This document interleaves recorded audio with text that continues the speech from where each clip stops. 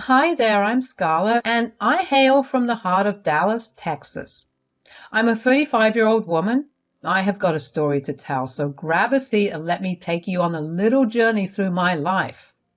It all began when I was 25, living the Dallas dream. I'm a Texas gal, born and bred, and back then I was just your regular gal working at a local design firm. Life was pretty sweet. But then one day, while I was sipping on my go-to caramel latte at this cozy cafe near work, I crossed paths with what I thought was destiny. I met Nick, my husband, and let me tell you, he was one charming dude. He had just rolled into Dallas after wrapping up college in New York. This guy had a smile that could make ice cream melt in a snowstorm. We got to talking, and before we knew it, we were head over heels. We would chat for hours about everything under the sun, our dreams, our lives, and it felt like we had known each other forever. Love was in the air. A few years later, under the Texas sky, we made it official, tying the knot in a beautiful, intimate ceremony. Just a year after our sweet wedding day, our little Rex showed up. He was a bundle of joy with big blue eyes and the most infectious giggle you would ever hear. Our family was complete and life was perfect. My little Rex is 7 years old. He is a real firecracker, full of life and curiosity about the world. Watching him grow and explore life has been the greatest joy of my life. A year ago, I walked in on a scene that I had never thought I would witness. It was a devastating revelation. My husband, Nick, was cheating on me with none other than Bella, his best friend from college. You know, I always thought Bella was harmless. She had been around since forever, and there were moments when I questioned her proximity to Nick. But Nick, ever the smooth talker, used to tell me she was like a sister to him. I took Nick at his word, for my trust in him was unshakable, and I believed that our bond was equally strong. Bella would visit Nick from time to time, flying in for what Nick portrayed as innocent reunions. It struck me as odd, but I did not want to appear paranoid or irrational. I told myself they were merely best friends catching up. Then came that fateful day when I discovered the truth. Bella had flown into town for the weekend, and she was insistent about babysitting Rex while I enjoyed a much-needed outing with my friends. I decided to catch a movie and perhaps do some shopping, relishing the rare chance to unwind. Nick told me that he was called into his office on a Saturday, so he had no choice but to go there. My friends and I did watch the movie, though our shopping plan had been canceled due to an unexpected change in one of my friend's schedules. I returned home a lot earlier than anticipated. As I walked into the house, a chill ran down my spine and my heart sank. There, right in front of me, was a sight I could never have imagined. Nick and Bella were kissing each other, and they both were all over the couch. What the hell is happening here? Scarlett, what are you doing here?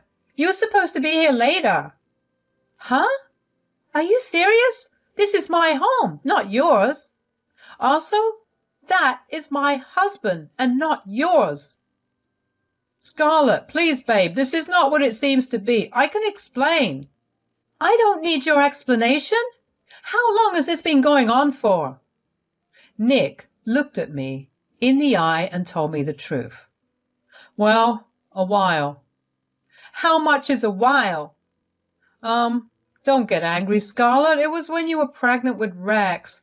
But it was an on and off thing, I promise. Since I was pregnant? You were cheating on me while I was pregnant with our son? It has been 7 years. I am disgusted by you, Nick. Scarlett, we never meant for it to last this long, but we love each other. Love? I can't believe this. And where is Rex? Where is our son while all this is happening? I put him to bed earlier. I lied about the office call. You put our child to bed, and you were doing this while he was in the next room? Scarlett, I know I messed up, but it was not like that. I never wanted to hurt you or Rex. Scarlett, please believe us. We are so sorry. Yes, I'm sorry, darling. I'll do anything in the world to make it up to you. Sorry? Sorry does not fix this. You have betrayed everything we had. Our family, our love, everything. And you, Bella? I let you into my house without ever questioning you, and you do this. You are nothing but a homewrecker. Scarlett, please, we need to figure this out. I love you, and I don't want to lose our family. Love does not involve cheating. I need some time to think about this. I will leave. Oh, you surely will. Bella left in a hurry, and Nick decided to sleep in a different room for a week. The tension was suffocating and the silence was deafening. I was absolutely shaken. It was incredibly difficult to come to terms with what had happened. This was beyond disgusting. Nick, the man I had loved and trusted, had turned out to be a pathetic excuse for a husband. The ultimate betrayal was staring me in the face. For a week, we didn't talk. It was all cold shoulders and distant glances. The house felt emptier than ever, even though we were all under the same roof. I could not continue living like this, torn between the love I had for my son and the anger I had for my husband. So, after a week of soul-searching and sleepless nights, I made a decision. I had to choose my own well-being and that of my son over a man who had deceived me in the worst possible way. Nick, we need to talk. Scarlett, I am again very sorry for what happened. Save your apologies. I've made my decision. I want a divorce. Live here in Dallas or go to New York to be with the love of your life. I already know your office has a branch in New York City. You are out of this house. Ask them for a transfer or something. I do not care. I want you out. Scarlett, please let us not rush into this. I messed up, but I love you. Messed up? For 7 whole years? It never even occurred to you what you were doing to our family? It is not like that, Scarlett. Bella and I, we never meant for this to happen.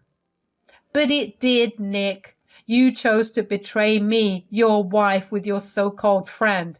You two love each other, you say? So go spend your lives together. I don't care about you anymore. Scarlett, please don't do this. I'm begging you. You lie at the lowest tier of the pyramid, Nick. You are a disgusting man. You don't deserve to be in this house any longer. What about Rex? He is staying with me, obviously, until the court decides what's going to happen. Scarlett, I don't want to lose my son. You should have thought about that before you made your choices, Nick. You have 1 week to figure out your situation and leave this house. Within a week, Nick decided to leave our city and live with Bella in New York. He transferred offices to be with her. I couldn't believe the audacity of Nick. After all that had happened, the way he moved on so quickly was baffling to me. The day Nick was leaving, he decided to have a little chat with Rex. Hey, champ, I need to talk to you. Daddy, what's up? Well, buddy, I have to go away for work. It is a special project, and I don't know how long it'll take. But why, Daddy? Sometimes grown-ups have to do things they don't want to. How long will you be gone, Daddy? I don't know, buddy. Goodbye. The first month without Nick was like a roller coaster of emotions. On one hand, it felt liberating to have the freedom to set our own routines without the cloud of his betrayal hanging over us. But on the other hand, there was a constant sadness knowing that Rex was growing up without his dad around. As a mom, I felt this immense responsibility to make sure Rex was okay during this adjustment. We created our own little world, filling it with new experiences to replace the gap that Nick had left. One of the toughest things I had to do during this time was contact a lawyer and file for divorce. It was a heart-wrenching process, but it was a necessary step to move forward. The pain was unbearable. Then sometime later I received a phone call from Nick. It was the very first time we had spoken since he left, and his voice sounded different, as if he had changed significantly. Scarlett, it's been a while, hasn't it? I just wanted to let you know that Bella and I are doing really well. We are happier than ever. Good for you, Nick. You know, Scarlett, I've realized that you were not quite the woman I needed. You didn't understand me as Bella does. Well, I'm glad Bella is the woman you need. So did you just call me to insult me like that? So here's the reason I called. I'm in Dallas and I want to pick up Rex. I miss him. 1 month has gone by and no phone calls. You did not even pick up any of Rex's calls, and now all of a sudden you miss your son? We are not divorced yet, and Rex belongs to both of us equally. I'm taking him to New York City with me for a week. It will be good for him. I think it is essential for Rex to spend some quality time with his father. It will help him adjust to the changes.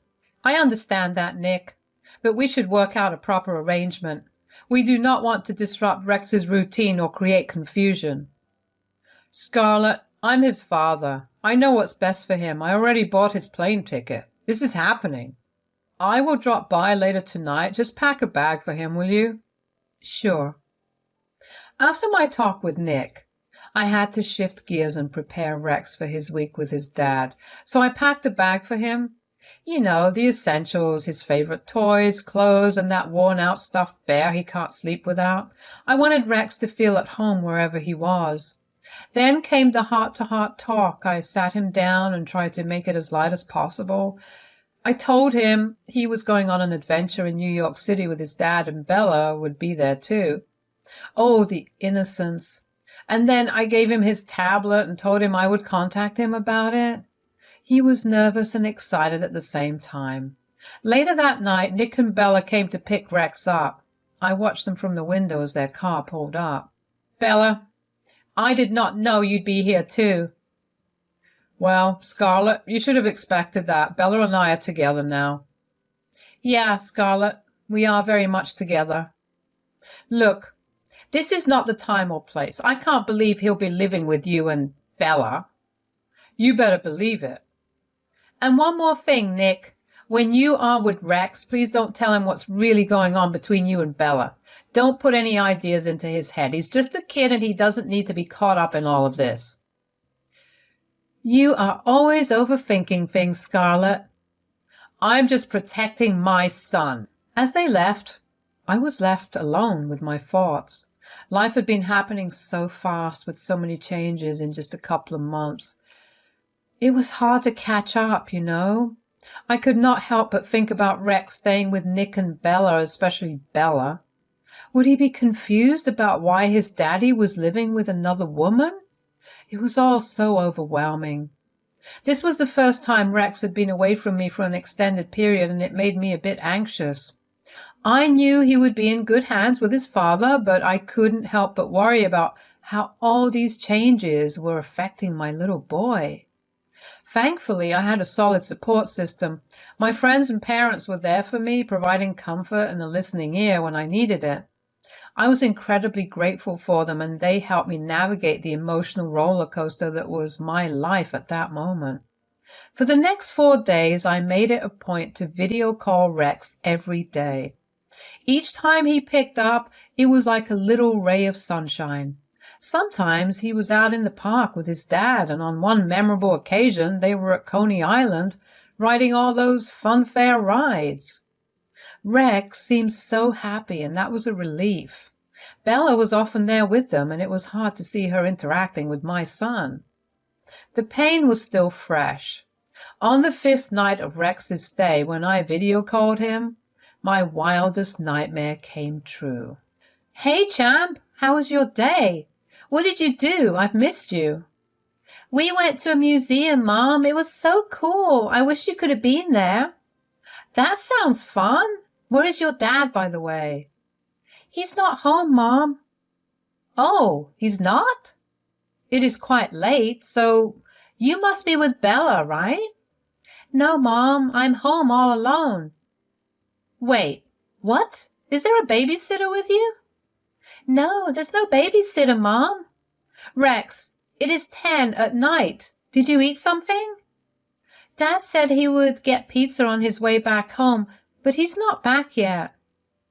Hold on a minute, sweetheart. I'll talk to your dad and find out what's going on.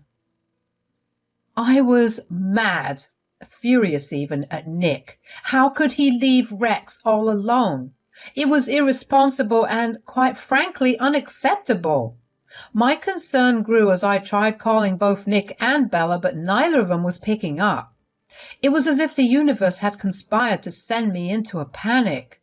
Desperation began to set in. I called Rex back, hoping to hear his little voice on the other end, but there was no answer. My heart pounded in my chest and fear gripped me like a vice. I could not help but let my mind wander to all the worst-case scenarios. Had something happened to them? Was Rex okay? My thoughts were racing a mile a minute, and all I wanted was to hear my son's voice, to know that he was safe and sound. I called all three of them again and again, but there was still no answer. At that moment, I knew I had to take matters into my own hands. Desperation drove me to pick up the phone and call Jordan, a close friend who worked in the airline industry. I explained the situation to him, the urgency of it all. Without hesitation, he assured me that he'd do whatever he could to help. I had to get to New York, to my son, as quickly as possible. Jordan worked his magic, arranging the earliest flights possible. The flight was scheduled for 4 in the morning, and the hours leading up to it were the longest and most agonizing I had ever experienced. At 3 a.m., I could not wait any longer. I knew I had to get to New York as soon as possible to find out what was going on and to make sure Rex was safe. I left for the airport in a hurry. As I sat there on the plane, I couldn't stop the tears from flowing, my heart pounding with panic and fear. The seat felt like a prison, the minutes stretching into hours.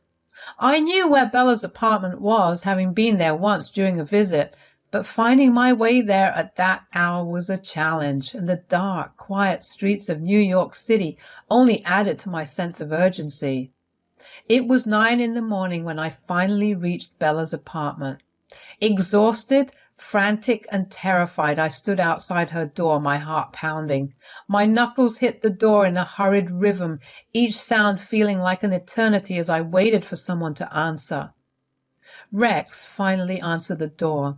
It seemed like he had just woken up. I hugged him and held on to him, crying, "Rex, I'm so glad you're okay. I was so worried." "I was asleep, Mom." "Thank God you locked the door from the inside." "Dad told me to."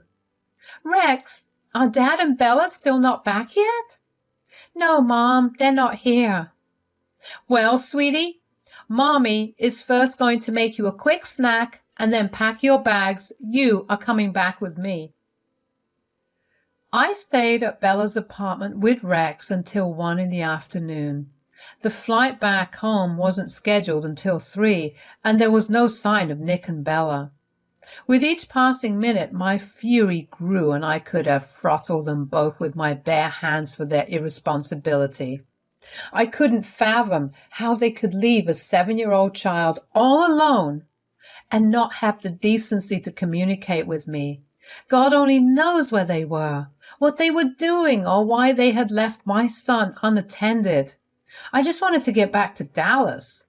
We arrived back at our home in Dallas around 8 in the evening, and I could not help but feel a sense of relief wash over me. Still, there was no word from Nick. I had so many questions and so much anger, and a part of me was also worried for him. Then, after having takeout for dinner, I dialed Nick again, and this time he picked up. But this time, I was not letting him off the hook easy. "Hey, how's it going?" "I'm okay. It's been quite a day. Where have you been?" "I just got around to listening to your voicemails. You sounded concerned about Rex last night." "Yeah, I tried to reach out to him, but he was not responding yet. So, where is our son?" "Well, yeah, I noticed you called last night and this morning. We had a lovely pizza night, watched a movie, called it a night early, and today we've been out all day." "That is all well and good, But where's Rex right now? I really want to talk to him. He's not answering my video calls on his tablet. Rex is here with me, actually. We're having a great time playing together. Oh, are you? Hold up a minute. I handed over the phone to Rex and put it on speaker. Hey, Daddy. Oh, my God, Rex. Hey, buddy, how did you get there? Mommy came to Bella's house in the morning and took me home. Rex, I'm really sorry for leaving you alone and not coming back last night. Give the phone to your mom. Rex, honey, why don't you go and play? Thank God he's with you. Bella and I were just about to go to the cops. Listen, I can explain. Nick, do you have any idea how worried I was? You left Rex alone overnight. I couldn't reach either of you. You didn't even bother to call a babysitter to watch Rex. What if something bad had happened? And on top of all that, you just lied to me. Scarlett, I'm sorry. We lost track of time. We were out partying with a few friends. Partying? You left our son alone to party? It wasn't planned. We had a few drinks and it got out of hand. Then our phones died and we couldn't contact anyone. We were so hungover we woke up literally in the evening. You just vanished. Do you know how irresponsible is that? You know, this isn't the first time something like this has happened, right? I know, Scarlett, it was a terrible lapse in judgment. We should have been more responsible. And you were hungover for what, the whole day? You decide to pick up my phone now? Weren't you a little bit worried about our son? Like I said, the drinking got a bit out of hand. Nick, there is no excuse for the danger you put our son into. You left our child alone, scared and worried. You will pay for this. Oh, you're threatening me? Blaming me for having a little fun? No wonder you're all alone and sad. Enough, Nick. I will make sure I get full custody of Rex. Oh, just keep dreaming. Little did Nick know that during our conversation I had been recording every word, capturing his excuses and apologies. I knew I needed evidence, and it was clear that this situation had spiraled out of control. After that day, I immediately contacted my lawyer to discuss the best course of action. I told him about how I wanted the full custody of Rex, and I had all the evidence I needed to prove the kind of dad Nick was. The evidence I had gathered painted a grim picture of Nick's actions, and the court took the matter seriously. The judge made it clear that despite his regret, Nick's actions were a clear breach of parental responsibility. I fought fiercely for my son's well-being, and the court recognized that Rex's best interests were my top priority. In the end, I was granted full custody of Rex, while Nick was given limited visitation rights. It has been 6 months since the divorce, and I've started moving on. I'm even seeing someone new. But let's get one thing straight. Rex is my number one. Always has been and always will be.